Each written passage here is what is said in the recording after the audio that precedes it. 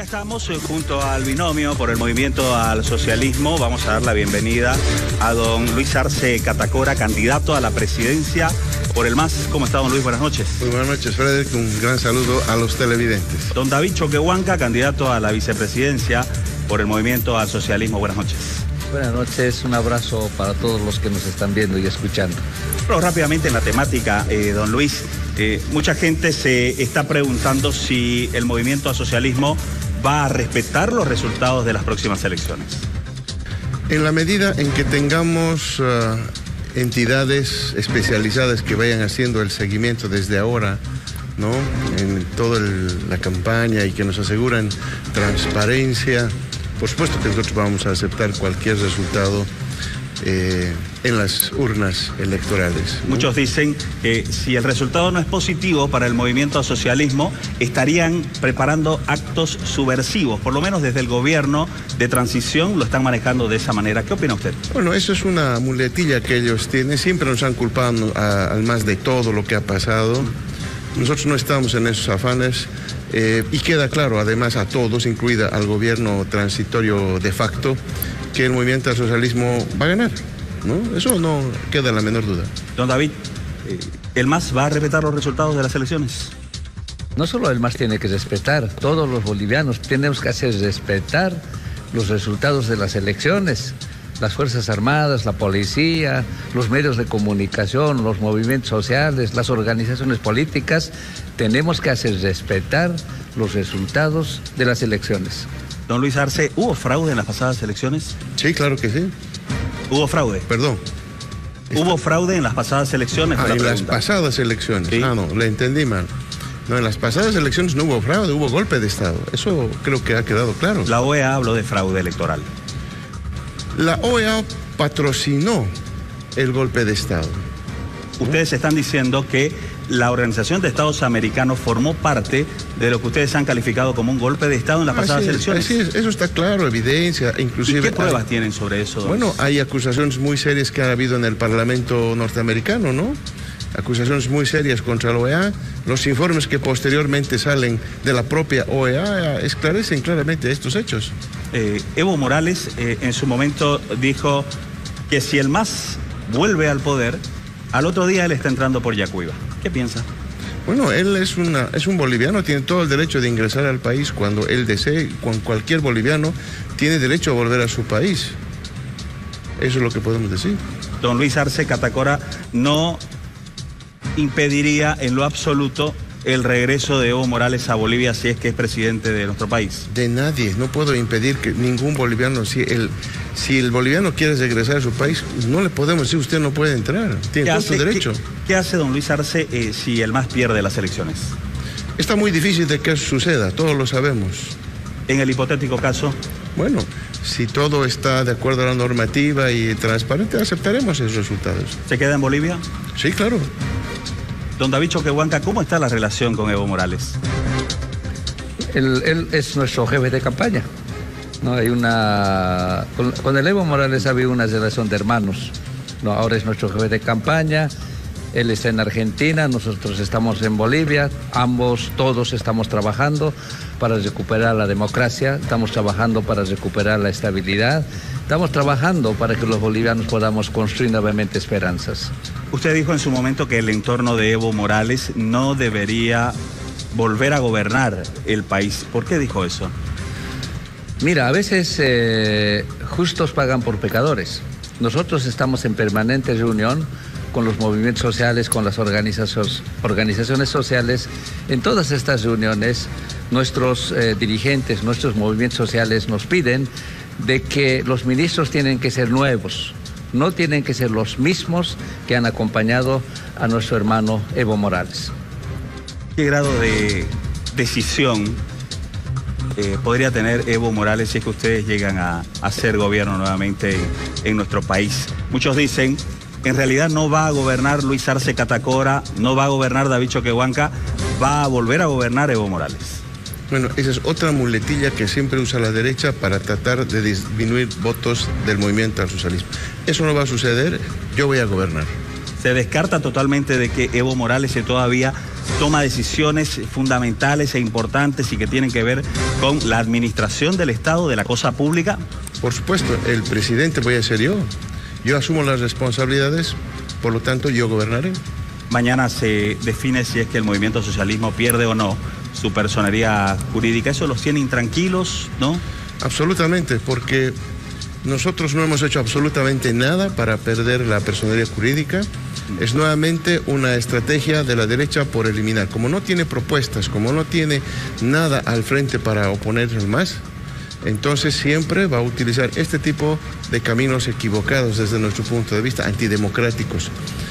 Nosotros no tenemos ningún temor en ello porque no hemos cometido ninguna falta y no merecemos que nos quiten la personería jurídica. Confiamos en que el tribunal y toda la justicia falle de acuerdo a la normativa. ¿Fue un error insistir con Evo Morales? Bueno, creo que él mismo en una entrevista en Buenos Aires reconoció que fue un error ir a la repostulación. ¿Perjudican las denuncias por estupro en contra de Evo Morales para las aspiraciones de Luis Arce Catacora? Para nada. ¿No? Es un tema personal de él, todos lo saben, ¿no? Nadie se puede meter en la vida de otra persona. El binomio no está al margen de esto y el movimiento al socialismo también. ¿Evitaría hacer juicios si usted fuera presidente o lo dejaría al curso legal? ¿Juicios de qué, perdón? Contra Evo Morales. No, nosotros no lo estamos acusando de nada. Los acusadores tendrán que demostrar con pruebas y la otra parte tendrá todo el derecho de defenderse. ¿Habrá procesos contra las actuales autoridades? ¿Para qué? Nosotros tenemos que reconstruir la economía del país. ¿Cómo la va a reconstruir? Hablando de economía. Bueno, tenemos un programa que hemos presentado al país. Primero, hoy la demanda está totalmente destruida. El consumo interno está totalmente destruido. Y por lo tanto hay que continuar con los bonos, ¿no? Por eso el bono de 1.000 bolivianos del bono por el hambre.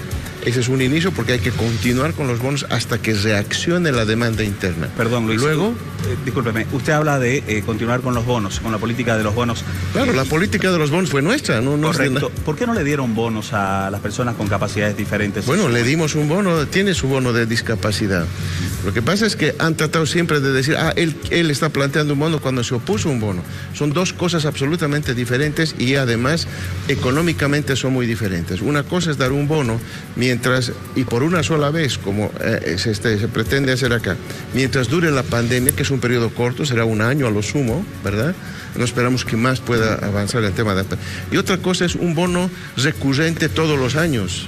Y eso se necesita seriamente y responsablemente, ¿no?, planificar y ubicar los recursos que van a hacer posible el pago de este bono. Entonces, cuando nosotros no teníamos los recursos, les dijimos no se puede, porque también eran pretensiones muy altas. Luego encontramos una fuente de recursos y le dijimos sí, y aquí está el bono, y les dimos el bono a los discapacitados. No quiere decir que no les dimos posteriormente cuando actuamos seria y responsablemente, como nos caracteriza, para poder garantizar el pago sostenido y las finanzas públicas del Estado. Perfecto. Don David Choquehuanca, ¿cómo reactivar la economía de Bolivia sin el gas? Mira, no solo es con el gas. Bolivia tiene un enorme potencial en todo. Podemos producir alimentos orgánicos. Vamos a dedicar a la agricultura nuestro tiempo. Podemos dar valor agregado a nuestro gas. Hay países que han dado valor agregado del gas, tienen 300 derivados, más de 2.000 derivados. Nosotros estábamos empezando con ese proceso de industrialización de nuestro gas. Antes que nosotros lleguemos al gobierno, nosotros comprábamos fertilizantes del Japón, comprábamos fertilizantes de Estados Unidos. Con esta planta que está en Bulubulo, estábamos empezando ese proceso de industrialización. Ya no comprábamos los fertilizantes de Japón, ya no de Estados Unidos. Es más, ya estábamos vendiendo ya, teníamos que vender al Brasil, a la Argentina, ¿no? Pero no solo estamos hablando del gas, estamos hablando del mutún, estamos hablando de los recursos mineralógicos. Necesitamos hacer alianzas estratégicas, ¿no?, con países que tienen tecnología. Estábamos hablando de la producción de papa el otro día con el hermano Luis. Nosotros producimos por hectárea 6 toneladas ya por hectárea, y en otros países, por ejemplo en Bielorrusia, producen hasta 50. ¿No? Es la relación Necesitamos aplicar tecnología. Usted hablaba del Mutum. Muchos lo califican como un elefante blanco, un proyecto que, si bien tuvo intenciones de llevarse adelante, pero no pasaron de eso precisamente, intenciones. ¿Por qué no se concretó el proyecto del Mutum? Han habido varias acciones, ¿no? Han sido interrumpidas algunas, ¿no? Han habido problemas, ¿no? Tenemos en el caso del Mutum, ¿qué pasó? Han habido algunos problemas, no conozco al detalle los problemas que hemos tenido, ha habido interrupciones, pero ahí está, hay un enorme potencial de nuestra materia prima. Pero usted está hablando de retomar un proyecto que tiene que ver con el Mutum y no conoce qué fue lo que perjudicó dicho proyecto, ¿eso me está diciendo? Se tiene que retomar, ¿no? Corrigiendo todos los errores, superando todas las dificultades. ¿Cuáles fueron esos errores? No tengo en este momento, no habría que entrar en la parte técnica, pero de que han habido limitaciones, de que han habido algunos errores, han habido. Por eso no ha funcionado como quisiéramos que funcione. ¿Por qué no funcionó el Mutum, don Luis Arce?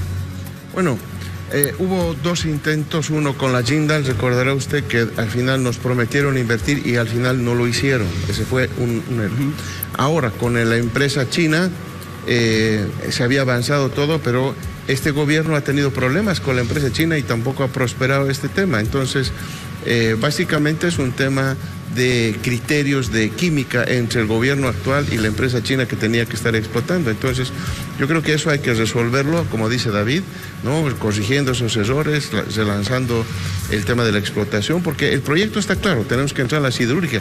Va a ser la primera vez que el país entra a la siderúrgica, que es parte de la industrialización. ¿Qué pasó, hablando de industrialización, qué pasó con la industrialización del litio? Bueno, ese es nuestro proyecto. Lo estábamos haciendo, teníamos ya un contrato avanzado con Alemania, con una empresa alemana, ¿no? Y surgió la discusión en... Muchos dicen que sobre la base de ese contrato el movimiento socialismo estaba poco menos que regalando el litio boliviano. No, ese es un criterio equivocado, ¿no?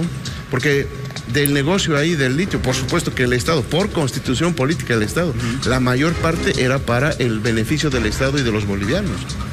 Ahí la discusión era el tema de las regalías y el tema del plazo del contrato. Esos eran los dos temas que surgieron en ese... Que eso se puede corregir, no teniendo ningún problema. Nosotros vamos a retomar eso porque hemos estado avanzando bien con esta empresa. Y bueno, si hay evidentemente una oferta mejor de una empresa que nos venga, veremos qué es lo que beneficia al país para tomar la decisión. Pero lo cierto es que ahí era un tema de regalías que pedía Potosí, que se puede conversar con los mismos potosinos, y el otro tema es el plazo del contrato, que eso también se lo puede conversar. Son los dos temas que trabaron el que ya ahorita estemos disfrutando de la producción de baterías de litio. Es más, yo le digo, estábamos produciendo ya baterías de litio.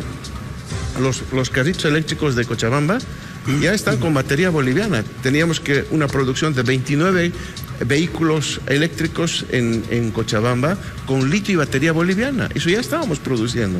Ese era nuestro volumen de producción en este inicio de industrialización que tiene el país de nuestro litio.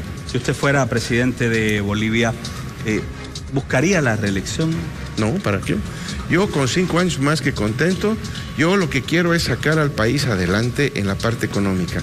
A mí me ha dolido mucho que luego de tanto trabajo de poner al país en los primeros niveles de crecimiento económico, con los mejores indicadores económicos y sociales, venga un gobierno de derecha de facto que lo haya destrozado todo y ahora el pueblo boliviano tiene hambre, hay desempleo, falta de ingresos y encima corrupción, uso indebido de bienes, narcotráfico, en fin, todo lo que vemos en los gobiernos de derecha que no queremos repetirlo. Entonces, la misión que tenemos, como el mandato que nos ha dado el pueblo boliviano, es pues recuperar la patria. Y parte de eso es nuevamente dejar a Bolivia en los mismos niveles de crecimiento y desarrollo que teníamos antes del golpe de Estado. Es lo que queremos hacer. Después, personalmente, tengo muchos planes que tengo que hacer en mi vida, no solamente es dedicarme a esto, ¿verdad?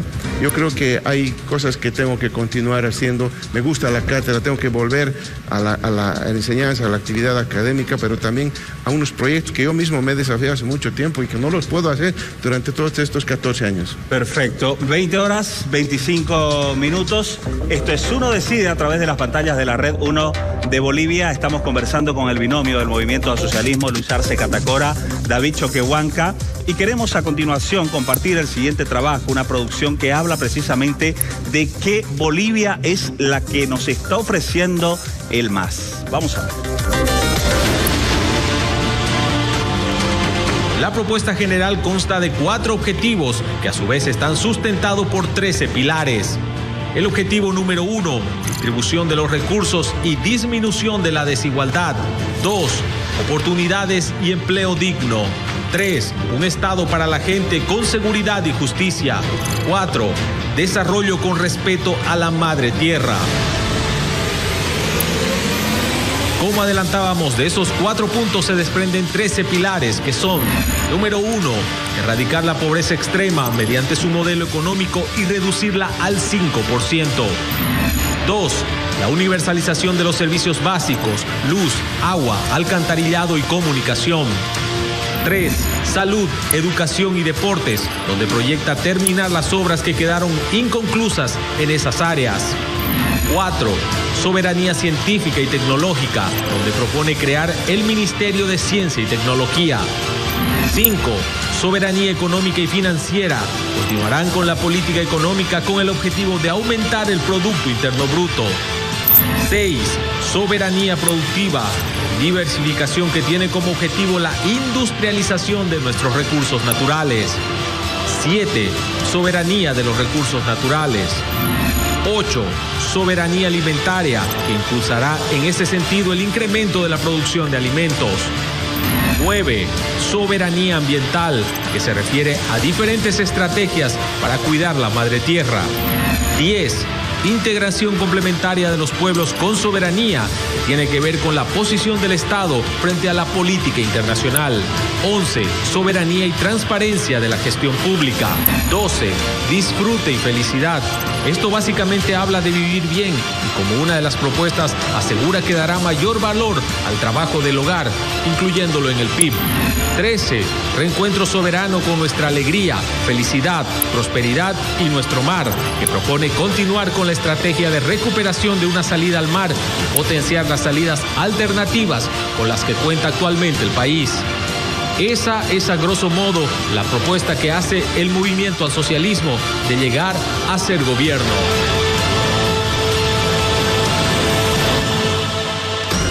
Muchas gracias por acompañarnos. Esto es Uno Decide y también tenemos gran presencia en redes sociales. Dalma, por favor. Definitivamente, Frederica, a esta hora de la noche, definitivamente el país entero sigue la transmisión en vivo a través de nuestra cuenta en Facebook. Por supuesto, estamos transmitiendo en vivo y escuchando, leyendo cada uno de sus comentarios y sus opiniones. Tenemos un sondeo presidencial en este momento y la gente ya está participando con nosotros. Ahí está. Este sondeo presidencial. ¿Cree usted que el movimiento al socialismo respetará los resultados de las próximas elecciones? Participe con nosotros, opine de igual manera. Tenemos en los 2 primeros comentarios para que usted pueda señalar en la opción del no y en la opción del sí, según usted crea conveniente. Reaccione en cualquiera de las 2 y listo, está contando esa opinión. También estamos leyendo cada uno de los comentarios que usted también nos está enviando. Ahí está. Tenemos otro sondeo presidencial que ya lo habíamos lanzado hace minutos nada más y ya tenemos muchísima reacción de la gente a través de las redes sociales. ¿Cree usted que Evo Morales sigue mandando en el movimiento al socialismo? Ahí estamos viendo que aproximadamente 600 personas han dicho que sí versus 822 personas que han dicho no. Ahí está. Esta es la participación de usted, querido televidente, a través de nuestras redes sociales. Estamos leyendo cada uno de sus comentarios. Puede seguirnos también a través del Instagram, a través de nuestra página web www.red1.com. Seguimos conversando con el binomio del Movimiento Socialismo, don Luis Arce Catacora. Impuesto a la riqueza. ¿Por qué crear impuestos en tiempos de crisis? Bueno, porque es un impuesto que va a recaer en el 0,01% de la población. Es decir, el 99,99% no va a pagar este impuesto.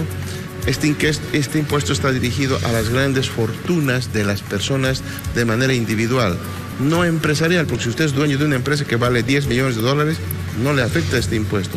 Pero si usted tiene un patrimonio personal de $10 millones, $5 millones, por supuesto que va a pagar. Este es un impuesto que busca cierta equidad.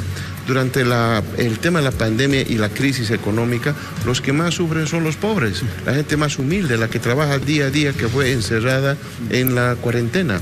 Entonces, para poder generar una redistribución del ingreso, necesitamos generar, y evidentemente, hoy como nos están dejando el Estado, no hay pues de dónde sacar.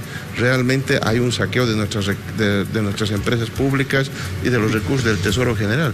Entonces tenemos que generar nuevas fuentes de ingreso y esta es una de ellas para poder generar. Mire, en otros países voluntariamente los millonarios han dicho yo quiero aportar en estos momentos. Entonces uno esperaría que haya ese voluntarismo que no lo hay lamentablemente en Bolivia. Entonces obligados a plantear un impuesto que genere recursos de los que tienen hacia los que no tienen. ¿Cuánto se pretende recaudar con ese impuesto? Va a depender, todavía hay varios cositas que estamos ajustando. Puede ser entre unos 5 y 15 millones de dólares aproximadamente. ¿Qué se va a hacer con ese dinero? Bonos, transferencias a los sectores más pobres, porque esa gente necesita, como les decía, levantar la demanda interna, mejorar el consumo de esa gente que hoy está sufriendo hambre, que hay desempleo, hay falta de ingresos. Entonces hay que inyectar para reactivar en la economía esos sectores. Don David Choquehuanca, ¿qué sintió con la represión a la marcha indígena en Chaparina? Mira, yo no era mi competencia. Pero era su ministro gobierno. de Relaciones Exteriores. Pero era su gobierno, ¿no es cierto? Era nuestro gobierno. Yo soy parte del gobierno. Claro. Yo soy uno de los convencidos de que por el diálogo podemos superar, ¿no?, muchas diferencias. Yo los conocía a los hermanos de los que estaban en la marcha, al Adolfo, a la Berta, a todos, casi a todos los conocía. Por eso me ofrecí para agotar el diálogo, porque yo estaba seguro de que podíamos superar estas diferencias mediante el diálogo. Yo llego al lugar, a Chaparina, hablo con los hermanos de los interculturales, habían como 2.000 hermanos interculturales que estaban bloqueando, no dejaban pasar a los hermanos indígenas. Les digo que dejen pasar, porque estábamos nosotros dispuestos, nos queríamos que el diálogo se instale en Quiquebey. Ya habíamos tomado esa decisión de que se instala el diálogo en Quiquebey para conversar con nuestros hermanos. Pero los interculturales se opusieron. ¿Por qué? Porque dentro de los pedidos, dentro del pliego, habían 2 puntos que no era asunto de los indígenas, y los indígenas sabían que esos 2 puntos no era de competencia de ellos, pero habían incorporado, no sabemos por qué, y los interculturales pedían de que estos 2 puntos puedan participar ellos en estos 2 puntos, ¿no? Hablo con los interculturales y los interculturales me dicen, si nosotros participamos en el diálogo en estos 2 puntos solamente, van a pasar los hermanos indígenas.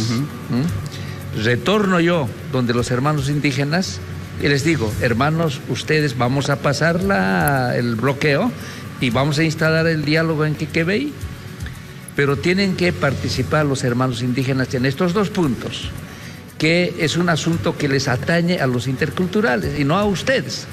Y ellos estaban muy conscientes de eso y dijeron sí, pero igual, nosotros ya nos hemos sacrificado, no pueden ellos participar en el diálogo. Estábamos en eso. Yo les digo a los indígenas de que entonces tengo que comunicar esto a los interculturales. Yo no les garantizo, si ustedes no están de acuerdo con esto, no les garantizo que los interculturales dejen pasar.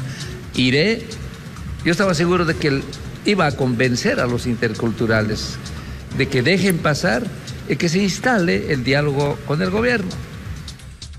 En ese momento ya los indígenas deciden que yo vaya a consultar nuevamente donde los interculturales. Yo venía, hablaba con los indígenas y hablaba con los interculturales. Entonces ya estábamos avanzando y cuando yo decido, incluso los indígenas están de acuerdo que yo vaya a consultar a los indígenas, cuando yo estaba subiendo a la movilidad, alguien me jaló una mujer me jaló del cuello, de mi polera, y dijeron, no, que no se vayan. Ahí un poco se pierde, ¿no? Se pierde la... Suena, perdón, don David, suena a justificación. Usted no está justificando la agresión a los indígenas de Inchaparina, ¿no es cierto? ¿Cómo? La explicación que usted nos está dando suena a justificar lo que ocurrió. La agresión a los indígenas de Inchaparina. No está haciendo eso. Yo estoy relatando lo que ha pasado, ¿no? Simplemente estoy relatando, estoy recordando lo que ha pasado. Perfecto. Don Luis Arce, ¿se retomaría el proyecto de la carretera por el Timis? Es un tema bastante complicado, porque en su momento quienes más se han opuesto a la carretera han sido los venianos, en su momento a la cabeza del entonces gobernador Suárez, ¿no? Fueron los que pusieron a la carretera. Si usted hace un sondeo de opinión nada más en el Beni, todo el mundo está apostando a esa carretera, ¿no? Y como lo dijimos en su momento, eso no lo vamos a decidir nosotros, lo tiene que decidir el pueblo veniano, que si quiere que se continúe o no se continúe con esa carretera. Nosotros no vamos a hacer ninguna acción forzada ni nada por el estilo, porque yo veo que hay muchos intereses ahí y nosotros no vamos a tomar decisiones arbitrarias al respecto. ¿En su plan de gobierno está contemplado retomar el proyecto de la carretera por el Timis? No está. No es prioridad. Solamente si piden el pueblo veniano, ahí tendremos que ver cómo resolvemos. ¿Habrán nuevas nacionalizaciones? ¿Perdón? ¿Habrán nuevas nacionalizaciones, don Luis Arce? Bueno, en carpeta no tenemos nada pensado. Yo creo que más bien hay que avanzar con los proyectos que teníamos. ¿No se descarta? ¿No lo tienen pensado, pero no se descarta? No lo tenemos pensado, no está en la agenda. Nosotros tenemos el tema de la industrialización del litio, que va a generar 41 industrias. No solamente queremos la producción de las baterías de litio, sino de sus derivados del litio. Va a generar 41 industrias, muchas de ellas que van a ser insumos hoy que están importándose en la industria boliviana. Tenemos la siderurgia, como decía, del Mutum. Está la exportación de energía eléctrica que Bolivia puede hacer ahora con todas las inversiones que venimos haciendo. Y abrir los mercados, ya estábamos abriendo con la Argentina, viene Brasil, viene el Perú, son grandes mercados para dejar una Bolivia con diversidad de fuentes de ingreso. Y la industrialización del gas, ¿no? Del gas no solamente vamos a producir plástico, sino también la melamina, para que usted verá en los mercados, hay muchos muebles, inclusive chinos, que están entrando con melamina. Nosotros podríamos producir esos mismos muebles y exportar más bien, ¿no? Con la habilidad de nuestros carpinteros, con la habilidad de nuestra industria. Entonces, yo creo que hay que abrir todos esos frentes que ya hemos avanzado en el proceso de industrialización promovido por el Estado, y también queda pendiente ahí la participación del sector privado para que continúe con el proceso industrializador, con sustitución de importaciones, de que generemos esa cantidad de empleo, porque detrás de toda esta industrialización el objetivo es la generación de empleo para la gente. ¿Hay autocrítica en el movimiento socialismo por todos los años al mando de la administración, de la cosa pública? ¿Qué errores enmendarían si es que existieron errores? Por supuesto, lo hemos discutido varias veces. Quizás una de las deudas más fuertes que nosotros tenemos con el país es el tema de la justicia, por ejemplo. Ahí propusimos una forma de solución a todo el tema de corrupción y de lentitud que tiene el sistema. ¿Fue un error judicial. las elecciones judiciales? Sí, fue un error. Fue un error, no funcionaron. No funcionaron. Ahí elegimos, pero tampoco elegimos a la mejor gente, ¿no? ¿Se va a volver a la meritocracia? ¿Cómo van a hacer? Volvemos a la meritocracia, pero no a la meritocracia de la época de Gonzalo Sánchez de Lozada, de Carlos Mesa, que se transaba en la asamblea y se cuoteaba el poder judicial. No. Tiene que haber instancias mucho más imparciales, mucho más técnicas, como las propias universidades, ¿verdad? Las facultades de Derecho, en fin, entidades que tengan relación con el tema de justicia, que puedan elegir a los mejores hombres y mujeres que puedan llevar adelante la justicia en el país. ¿Ya no habrán elecciones judiciales? Bueno, eso es lo que nosotros pensamos, pero eso pasa pues por un referéndum, es un proceso bastante largo para poder modificar este tipo de acciones que están en la Constitución, ¿no? Estamos hablando de la justicia. ¿Qué opina del caso terrorismo? Uno de los dos que se abrieron, ¿ya se cerraron? Bueno, yo creo que ha sido muy política la la acción de cerrar los 2 casos porque no han permitido que sigan su proceso, su curso. No debieron cerrarse. No debieron cerrarse. Yo creo que las investigaciones no terminaron, no concluyeron y fue una decisión política del actual gobierno. No sé por qué razones, para mí son razones netamente políticas. No se dejó, desde mi punto de vista, que la justicia siga los pasos correspondientes. Si usted es presidente de Bolivia, ¿retomará este proceso o en todo caso instará a la justicia que lo retome? Bueno, ya está cerrado el caso, ¿no? Ya están cerrados los casos, lamentablemente. No tiene sentido abrir una cosa que ya está cerrada. El pueblo boliviano tiene que mirar adelante, ya no atrás. Yo no sé por qué el ejercicio que se hace de mirar atrás. Tenemos adelante un desafío tremendo en el país, sacar al país adelante. Tenemos problemas económicos, tenemos problemas educativos, tenemos problemas sanitarios, tenemos tantos problemas, ¿no? Y que la gente sigue mirando el pasado. Hay que avanzar hacia adelante. Tenemos muchas cosas por hacer, mucho trabajo por hacer. No, seguramente, y enseguida vamos a estar hablando de lo que se viene, por supuesto. Don David Choquehuanca, ¿qué errores se reconocen? Hay muchos. Yo necesito tiempo. No me he dejado terminar lo de Chaparina, pero no importa. Mira, había prepotencia en algunos ministros. No tiene que haber prepotencia. El poder no tiene que ser para abusar. El poder tiene que ser para ayudar, ¿no? Y los profesionales que nos van a acompañar tienen que tener amor a su prójimo, amor a su patria. Hubo corrupción. En todas partes del mundo hay corrupción. Tenemos que tomar medidas drásticas contra la corrupción. Hay corrupción en todos los niveles. Uno de los errores, ¿no?, de no haber implementado mecanismos para ver cómo luchar contra la corrupción y no haber involucrado. No basta nombrar un viceministro o un ministro contra la corrupción, sino empezar a trabajar desde la escuela, generar un programa de lucha contra la corrupción, donde están involucradas todas, absolutamente todas, los campesinos, la escuela, las universidades. ¿Qué tipo de profesionales están produciendo nuestras universidades? O sea, tiene que haber un desafío, un compromiso de nuestras universidades. ¿Quiénes van a trabajar a la gestión pública? Son profesionales. ¿Y de dónde salen estos licenciados y estos profesionales? De nuestras universidades. Tenemos que preguntarnos qué tipo de profesionales estamos produciendo en nuestras universidades. O sea, no solo pasa por nombrar un ministro contra la corrupción o un viceministro contra la corrupción. Igual en la lucha contra el contrabando, en la lucha contra el narcotráfico, ¿no? Necesitamos hablar, comunicarnos, escucharnos y comprometer, ¿no? Poner en movimiento a todo un país. No solo así vamos a poder salir nosotros, ¿no? Luchar contra la corrupción, contra el contrabando, contra el narcotráfico. Perfecto. Don David Choquehuanca, en Uno Decide, pantallas de la Red 1 de Bolivia, ha admitido que hubo prepotencia entre algunos ministros. ¿Te atreve a dar algunos nombres, don David? Yo no soy quien para juzgar, ¿no? El pueblo boliviano sabe, ¿no? Sabe cómo ha sido el accionar de algunos ministros, no de todos, de algunos ministros, ¿no? Tenemos ejemplos, pero yo pienso que no estoy en este momento yo para decir este ministro ha hecho esto, no. Prefiero evitarlo. Don David, ¿en el gobierno del Movimiento Socialismo hubo independencia de poderes? Mira, uno de los problemas, no solo en el movimiento al socialismo, ¿no? Tenemos que mirar hacia adelante, ¿ya? Ningún poder tiene que estar subordinado a otro poder. Necesitamos trabajar institucionalidad.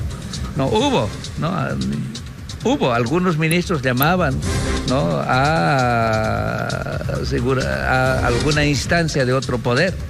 Algunos ministros realizaban llamadas, usted nos está diciendo. Algunos ministros, claro, llamaban, y eso sabe la población. La intención era ingerir. Ingerir, sí. Eso no tiene que pasar. Y para superar eso tenemos que reconocer. ¿Puede marcar algún caso específico? Como le digo, no, mira, hay tantos casos, ¿no? Yo no soy yo no soy un juez en este momento. Yo estoy diciendo lo que el pueblo boliviano sabe. En el caso de terrorismo, por ejemplo, ¿hubo injerencia?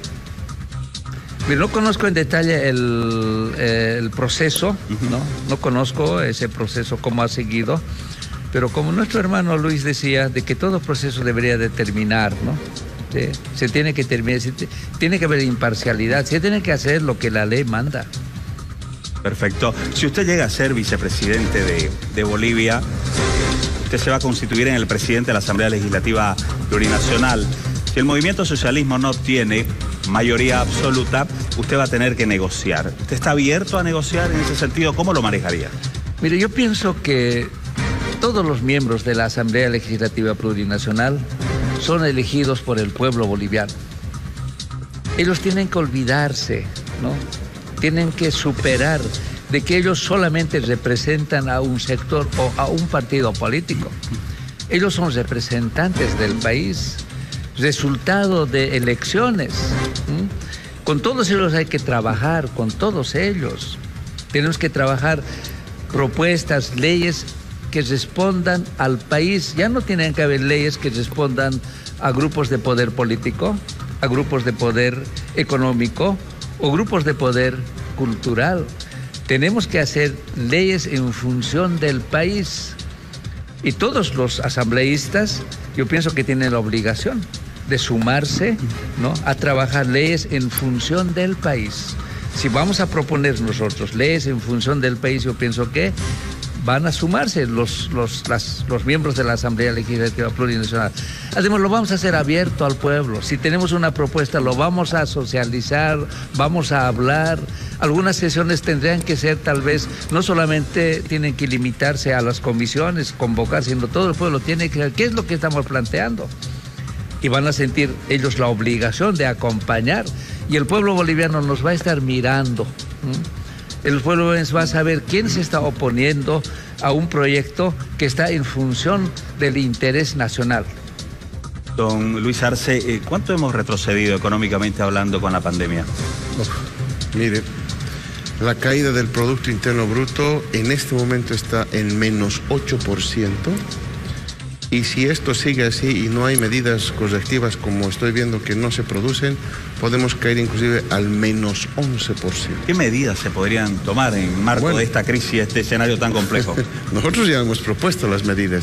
Tanto el 15 de abril, cuando sacamos nuestro plan Primero la Vida, que recomendamos temas no solamente económicos, manejo de salud, manejo del tema educativo, del problema social que se avecinaba con las mujeres, con los niños, el abuso. Todo eso nosotros lo alertamos en el documento, no nos hicieron caso.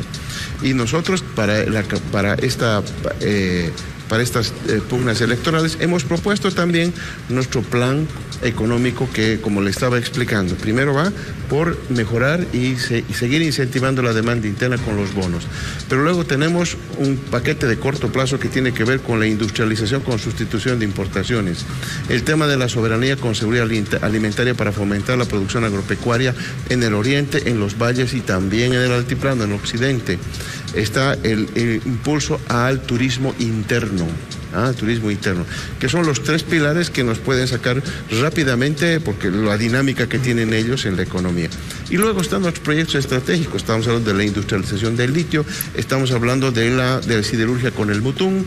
¿Pero hay dinero para desarrollar todo eso? Nosotros hemos planteado, porque yo ayer escuchaba en el debate endeudarse 6.000, 8.000, 10.000 millones de dólares. Eso es un absurdo, eso no se va a poder hacer. Eso, estamos con este gobierno que nos está llevando el endeudamiento muy alto. Lo que no están tomando en cuenta es que el Producto Interno Bruto está cayendo y el endeudamiento está subiendo. Por lo tanto, ya estamos muy cerca del tope máximo de endeudamiento que nos permite los organismos internacionales para prestarnos. Entonces, ¿qué hay que hacer? Nosotros ya lo hemos propuesto.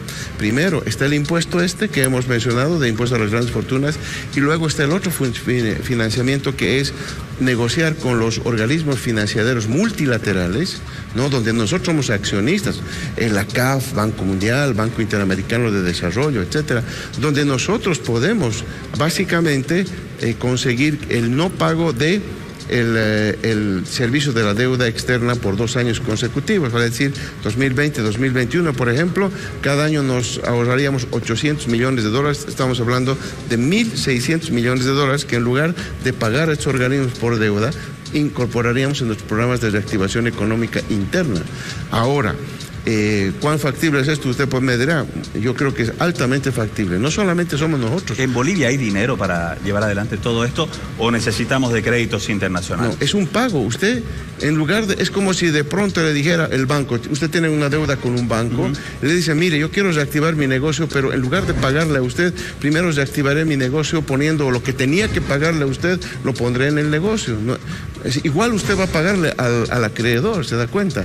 Pero en lugar de que nosotros saquemos la plata para pagar al Banco Interamericano de Desarrollo, a la CAF, esa plata la introducimos en nuestras propias inversiones, en nuestra propia reactivación económica, y con eso resolvemos el problema. Empresas estatales, ¿qué harían con ellas? Hay muchas deficitarias. Bueno, siempre se ha dicho eso, pero nunca se ha demostrado. Y además, la derecha ha demostrado que administra mal el Estado. Mire lo que ha pasado con BOA.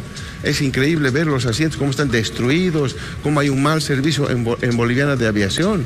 Y cuando era nuestra primera empresa, producía más. Entonces, hemos demostrado, creo que el Estado también sabe administrar las empresas públicas. Se dice mucho de que están mal las empresas públicas, pero nunca se demostró. Se habla de que al menos la mitad, el 50%... es para atrás, ¿no? Que demuestran, usted mismo lo dice, se habla. ¿Cuándo se ha demostrado? ¿La fábrica de Uria está funcionando? Mire, la fábrica de Uria es el peor ejemplo que usted me puede dar.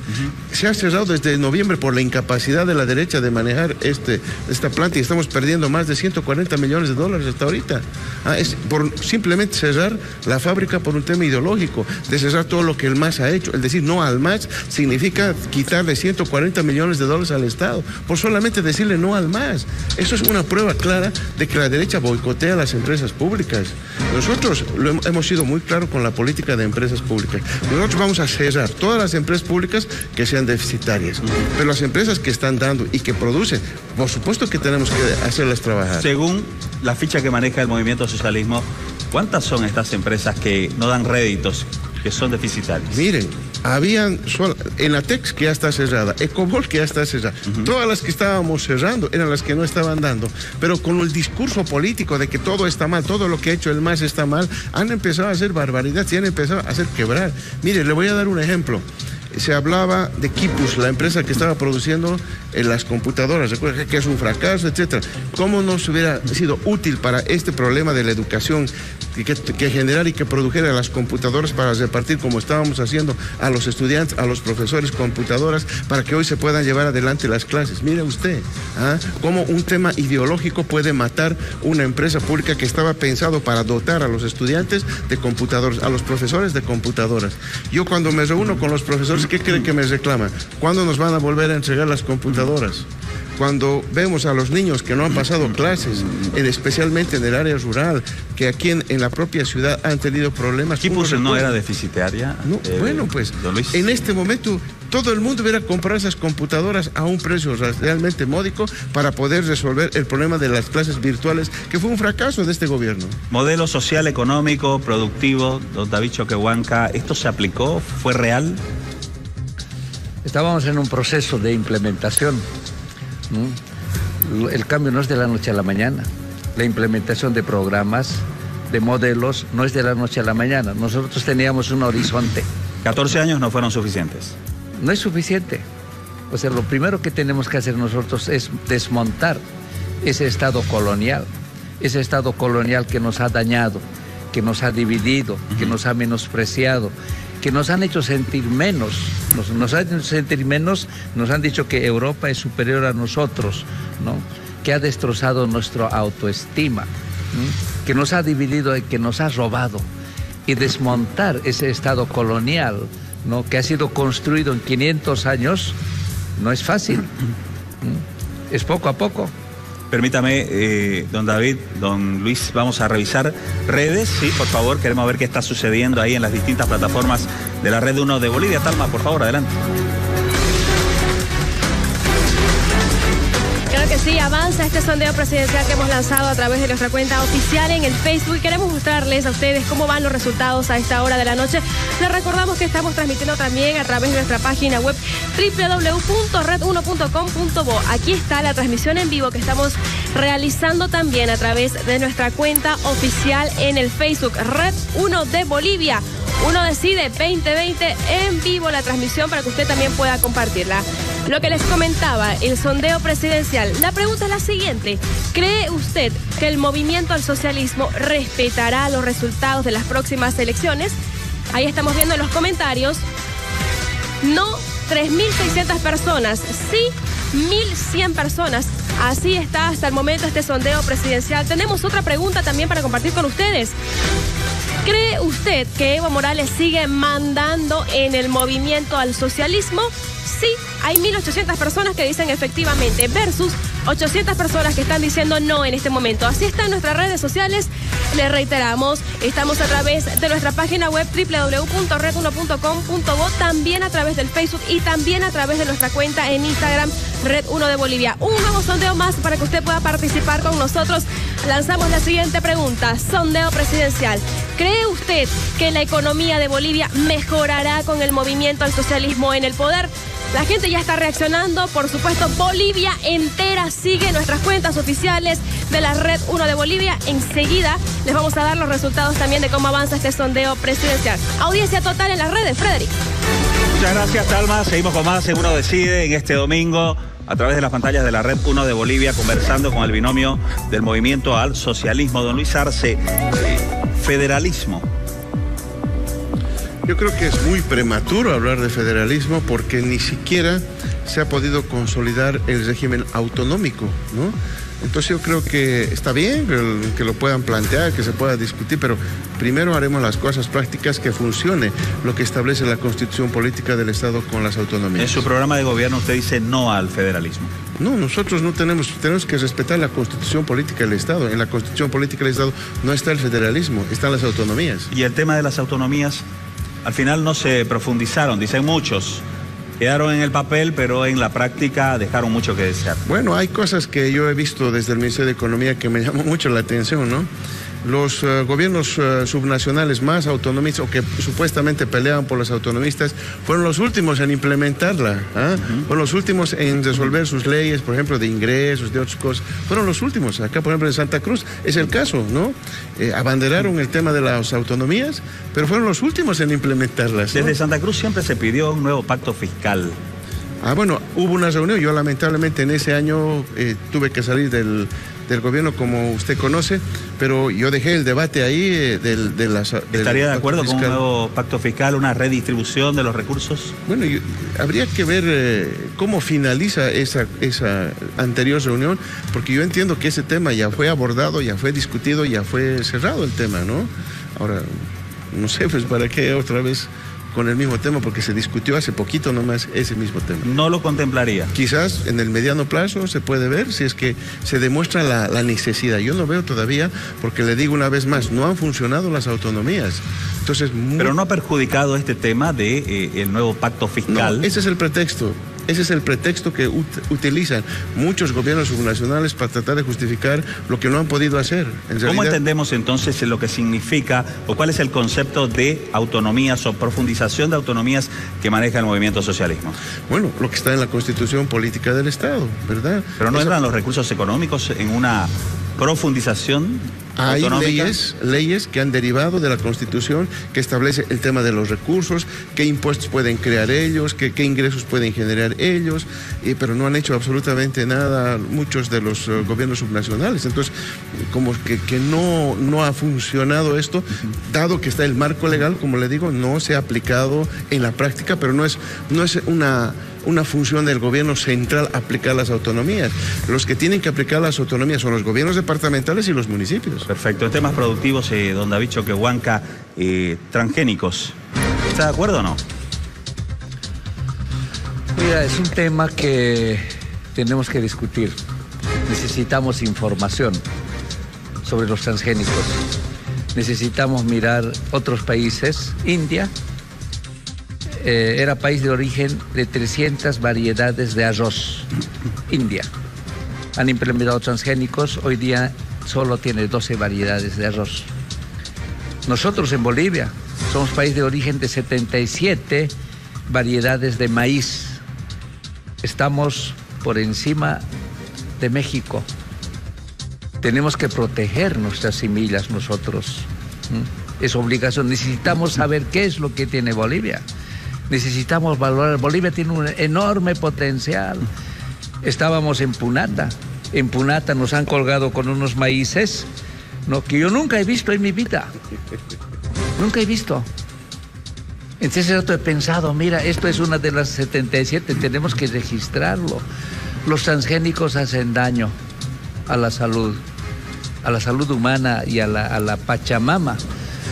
Hay un señor en Estados Unidos que ha demandado a Monsanto, ¿no? Y le ha dicho, usted está haciendo daño, me ha hecho daño a mí y ha hecho daño a mi tierra. Y ganó el juicio. Monsanto ha tenido que indemnizar o ha tenido que pagar $300 millones. Monsanto sabe que están haciendo daño. ¿Quiénes comen los alimentos transgénicos? Los pobres. Los ricos no comen alimentos transgénicos. Don David Choquehuanca. Prefiero alimentos naturales que alimentos transgénicos. Y nosotros en Bolivia tenemos un enorme potencial para producir y no vamos a encontrar competencia con los alimentos naturales. Bien, usted habla de daños a la tierra, daños a la Pachamama cuando se refiere a los transgénicos. ¿Qué piensa de los incendios forestales actualmente en Bolivia y de aquel decreto promovido por el movimiento socialismo que permitía las quemas y los chaqueos? ¿Eso no es daño a la tierra? No, hay muchas cosas que hacen daño a la tierra. ¿Los incendios? Los incendios también hacen daño a la tierra. ¿Y por qué se lo promovió? Ese decreto que se sacó es para que también en el departamento de Beni se pueda ampliar. O sea, había el decreto, existía el decreto. No solamente se incorpora en el departamento de Beni. No tengo información precisa, pero anularon ese decreto en este gobierno, pero sacaron otro decreto.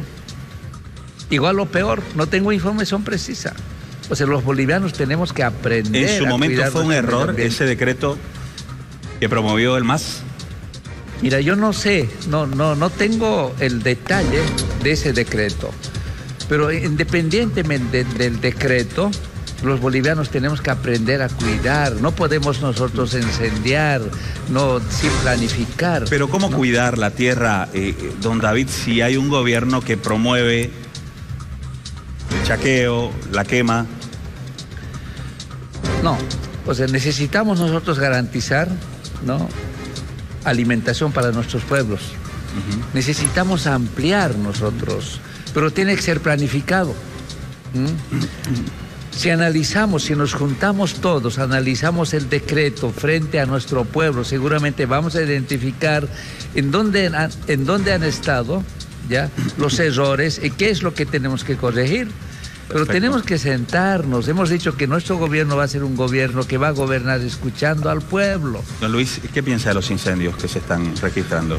Bueno, tomando un poco lo que David mencionaba, en realidad el decreto supuestamente que aprueba el chaqueo no fue un decreto que salió del movimiento al socialismo, es un decreto que ya existía.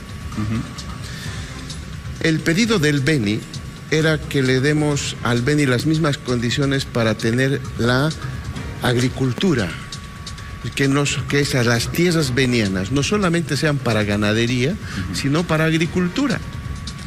Entonces, ese fue el pedido del Beni. Fueron varias reuniones con comités cívicos, con ganaderos, con agricultores del Beni. Y lo único que hicimos nosotros en el decreto, del que ya existía y que no era del MAS y que fue... Pero el MAS lo ratifica, o en todo caso, ¿perdón? El MAS le da continuidad. Claro, le damos continuidad, pero le abrimos ahí solamente al Beni. ¿Y aquello de la madre tierra, dónde queda? Por eso a eso voy. Pero primero creo que hay que quedar claro esto, porque nos dicen que el decreto era nuestro. No. La intencionalidad del chaqueo y todo eso ya estuvo en gobiernos anteriores. Y eso fue como un derecho consuetudinario que la gente y a la producción ya lo tenía cobijado, ¿no? Entonces, eso es un tema que hay que aclarar. Segundo elemento, por supuesto que hemos estado en contra de los incendios, por eso que nosotros hemos contratado inmediatamente un tanker para que venga a apagar los incendios. Demoraron mucho para esa declaratoria. No, el tanker está hablando, no declaratoria, directamente contratar un avión que venga a echar agua para apagar los incendios. Lo que no hizo este gobierno, por ejemplo, yo no he escuchado en los medios de comunicación ninguna crítica cuando se estaba incendiando la Chiquitanía. Uno veía en las redes sociales el cielo absolutamente rojo desde Puerto Suárez, por ejemplo, que filmaban, que llegaron en redes, sí. Y el gobierno ni se inmutaba, ¿ah? La gobernación cruceña ni se inmutaba, ¿no? Entonces, aquí también ha habido, y hay que ser muy claros al respecto, una clara tendencia política en su momento, porque estábamos cerca de las elecciones de octubre del año pasado. Claro que sí. ¿Ah? Porque hoy este desastre que estamos viviendo en la Chiquitanía boliviana, y no solamente la Chiquitanía, se ha extendido más allá. No, ha sido mucho más grande que el que hemos sufrido el año pasado y nadie ha dicho nada. No hemos visto titulares, no hemos visto los bomberos voluntarios ir a apagar los incendios como ocurrió el año pasado. Pero el año pasado, lotes, el año pasado se quemaron más de 6 millones de hectáreas. ¿Y ahora cuántos? Todavía no llegamos a 1 millón. No estamos diciendo que esté bien, pero hay una diferencia. El reporte que nosotros vemos es que este año el desastre es mucho mayor que el año pasado. Este año es el reporte que nosotros tenemos. ¿Ah? Entonces, eso es lo que nos llama la atención, con un daño medioambiental tan grande, porque lo que hemos visto desde Puerto Suárez, ese cielo rojo, eso no veíamos nosotros el año pasado. Si no, por supuesto, hubiera sido más que viral eso en las redes sociales. Casi 6 millones de hectáreas se quemaron el año pasado y actualmente no hemos llegado a 1 millón aún. Pero el daño que se está teniendo es mucho mayor que el daño que se hizo el año pasado. Entonces hay que también ser ahí ecuánimes en el tratamiento de la información y la noticia, ¿verdad? Nosotros estamos en contra de todo el tema, por eso nosotros hemos planteado, por ejemplo, la producción del diésel ecológico, el diésel sostenible en base a reciclaje, para ya no estar abriendo zonas de producción de aceites, etcétera, para que no haya más este tipo de depredación. Nosotros hemos planteado claramente, y eso es uno de nuestros proyectos estrella, ¿no? Plantear el reciclaje del aceite comestible desde los hogares, desde los restaurantes, el reciclaje de las grasas animales, el reciclaje, ¿no? De todas esas grasas para poder producir diésel en 2 plantas que va a haber, una en Santa Cruz, otra en Cochabamba, que va a generar 300,000 empleos por una parte y que va a generar por otra parte dejar de importar. En 5 años Bolivia ya no va a importar diésel porque lo vamos a producir todo. Eso es parte de la economía circular. ¿Van a ir bajando el subsidio a los carburantes?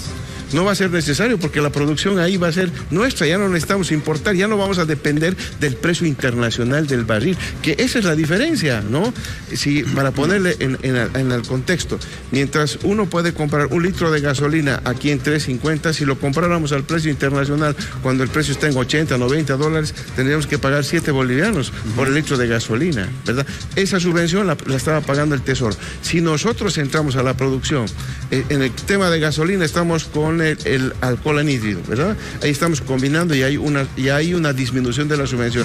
Pero la subvención mayor que tenemos es en el diésel, son $1.200 millones año que importamos hidrocarburos. Entonces, ¿cuánto costará el litro de diésel si el MAS vuelve al poder? No, va a mantenerse en este precio. ¿Se mantiene? Claro.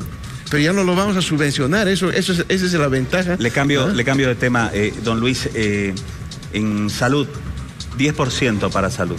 Bueno, ese es otro tema que realmente a mí me hace sonreír, porque el año pasado yo estaba de ministro de Economía, ya hemos mandado el presupuesto que fue aprobado al final por la Asamblea, ¿no? Cuando nosotros ya no éramos gobierno, que tenía el 10% de inversión en salud, ya estaba el proyecto. Por eso la señora Áñez mandó la carta a la Asamblea pidiendo que se planifique el 10% del presupuesto, pero a partir del 2021. ¿No le llamó la atención eso a usted? Que desde el 2021 quería que se implemente eso. ¿Por qué? Porque nosotros ya habíamos mandado. El MAS va a insistir con el años, SUS. Yo le digo más, hubo años donde el movimiento socialismo en presupuesto hemos rebasado el 10%. ¿El MAS insistirá con el SUS? ¿Con Por el seguro supuesto, único? Hay que mejorarlo. ¿Y cuánto va a invertir? Bueno, Ya hemos estado invirtiendo. Mire lo que le voy a decir. Es otro tema que creo que hay que desmistificar. Cuando nosotros entramos al gobierno, el presupuesto de salud era apenas de 300 millones de dólares. El año pasado el presupuesto de salud eran 3.000 millones de dólares. Y nadie dijo nada. ¿Ah? Nadie dijo, caramba, se ha hecho muchas cosas. Estábamos en una bonanza económica extraordinaria y nunca jamás antes vista. Una bonanza que nosotros le hemos generado. Porque cuando nacionalizamos los hidrocarburos, evitamos que la plata se salga. Y con la nacionalización, la plata se quedó en Bolivia. Porque ¿qué hubiera pasado si no hubiéramos nacionalizado los hidrocarburos y hubiéramos tenido los precios altos? La plata se hubiera ido afuera. Está perfecto, pero era natural que suba el presupuesto de salud, ¿no es cierto? Porque había dinero. Raro haya sido que no suba el presupuesto de salud. Pero en esa proporción, 10 veces más. Ningún ministerio ha subido en esa proporción. Haga cuentas. Ningún ministerio ha subido en esa proporción. ¿Cuánto se necesita para sostener el SUS al año? Bueno, son algo más de 500, 600 millones de dólares año. 950 millones son los que se necesitan según el Colegio Médico. Y ustedes se ponían 200.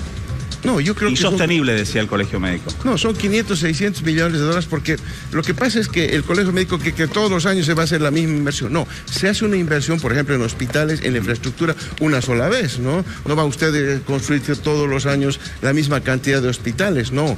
Se hace una inversión y luego lo que cuesta es mantenimiento, el tema de insumos, el tema del personal, que eso es lo que le estoy hablando, que es el movimiento que se tiene en el tema del SUS, ¿no? Y eso yo creo que es sostenible. Se puede hacer. Don David Choquehuanca, proyectos sociales. Tenemos que estar en la Agenda 2025, garantizar los servicios básicos, garantizar vivienda, garantizar educación. Necesitamos invertir en educación. Una de las prioridades que tenemos que hacer es invertir en la educación. No lo hemos hecho hasta ahora.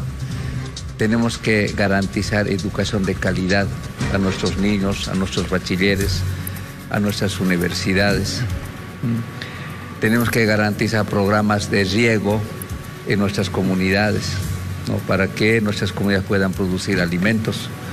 Uno de los problemas que vamos a encarar después de la pandemia del coronavirus va a ser la pandemia del hambre. Necesitamos nosotros garantizar producción con soberanía, seguridad alimentaria. Eso nos va a permitir de que los bolivianos podamos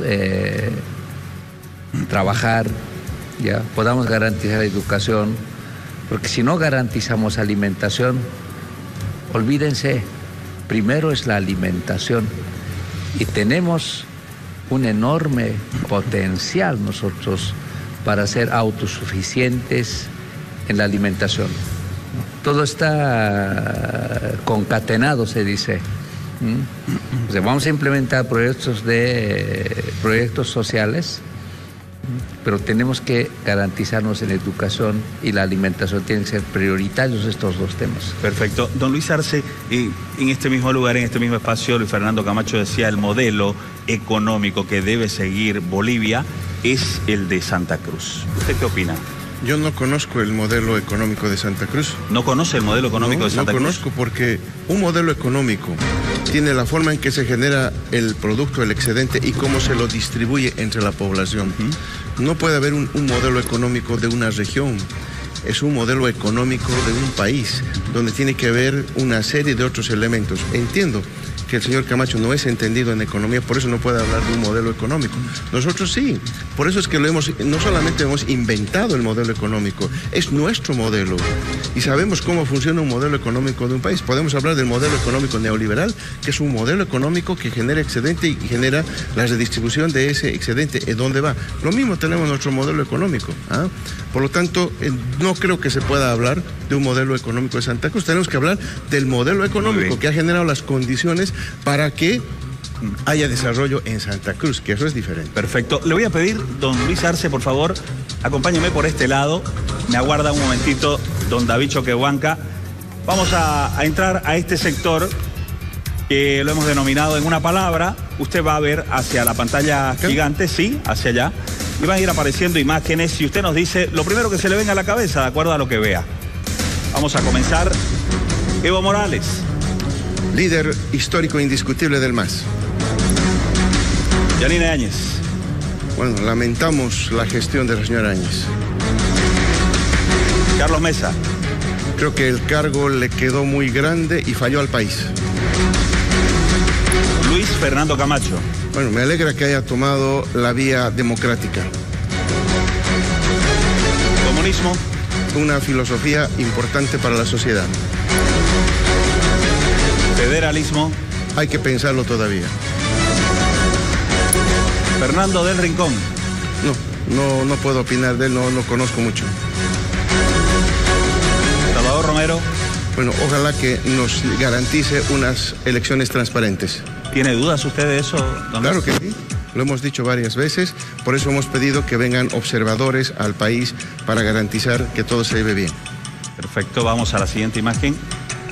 William Calimán. Bueno, un oficial de las Fuerzas Armadas que entiendo está en procesos y que tendrá que llegar su curso de sus procesos. Nicolás Maduro. Bueno, un presidente que tiene apoyo popular. Alberto Fernández. Otro presidente que tiene un apoyo popular. Revilla. Yo creo que ha cometido muchos errores y el señor Revilla le va a costar políticamente. Perfecto. Venga por este lado, por favor. Don Luis Arce Catacora, don David Choquehuanca, que han estado conversando con nosotros aquí en Uno Decide a través de las pantallas de la Red 1 de Bolivia. Yo les voy a pedir a cada uno, tienen un minuto para hablarle al país. A 14 días de las elecciones nacionales, por favor. Ahí tienen la cámara, lo que ustedes gusten. Cada uno tiene un... Sí, por favor, usted comienza, don Luis. Bueno, muchas gracias. Primero, hacer notar que estamos a pocos días de unas elecciones donde tenemos los bolivianos una enorme responsabilidad. En estas elecciones nos estamos jugando el futuro de nuestros hijos, de nuestros nietos, de retomar la senda del desarrollo, del crecimiento, de la prosperidad. Esta vez no podemos equivocarnos, esta vez no podemos dudar en que hay que tomar la senda adecuada, correcta, que tiene que ver con una Bolivia que ha estado mostrando resultados positivos, que hemos estado creciendo, que ha generado prosperidad en los bolivianos y que es momento de retomar. Esto con la economía lamentablemente no se juega. Y cuando uno comete errores de apreciación, estamos enfrentando los resultados que son catástrofes y que nos duele el bolsillo porque hoy existe hambre, existe dolor en el pueblo boliviano y lo que queremos es que retorne la felicidad. Don David Choquehuanca, por favor, un minuto. El instrumento político hemos construido para recuperar nuestra identidad, para recuperar nuestra autoestima los bolivianos. El instrumento político hemos construido para recuperar nuestras empresas estratégicas, nuestra soberanía, para que los mineros, los maestros hablen ellos mismos, que nadie hable por nosotros. El instrumento político hemos construido para gobernarnos nosotros mismos. El instrumento político hemos construido para construir unidad, para recuperar la felicidad y votar para nosotros mismos. El instrumento político hemos construido para votar por nosotros mismos, gobernarnos nosotros mismos y votar por el hermano Luis en las próximas elecciones es votar por nosotros mismos para que los bolivianos nos gobernemos nosotros mismos, ya no más transnacionales, para que los bolivianos construyamos unidad, para que los bolivianos podamos recuperar la esperanza. Ya no más odio, ya no más enfrentamiento entre los bolivianos, porque el instrumento político hemos construido para construir la unidad. Un jayaya para todos ustedes. Muchas gracias. Don Luis Arce, gracias por estar con nosotros. El agradecido siempre soy yo. Muchas gracias. David Choquehuanca, gracias. Sí. Muchas gracias. Ahí está entonces.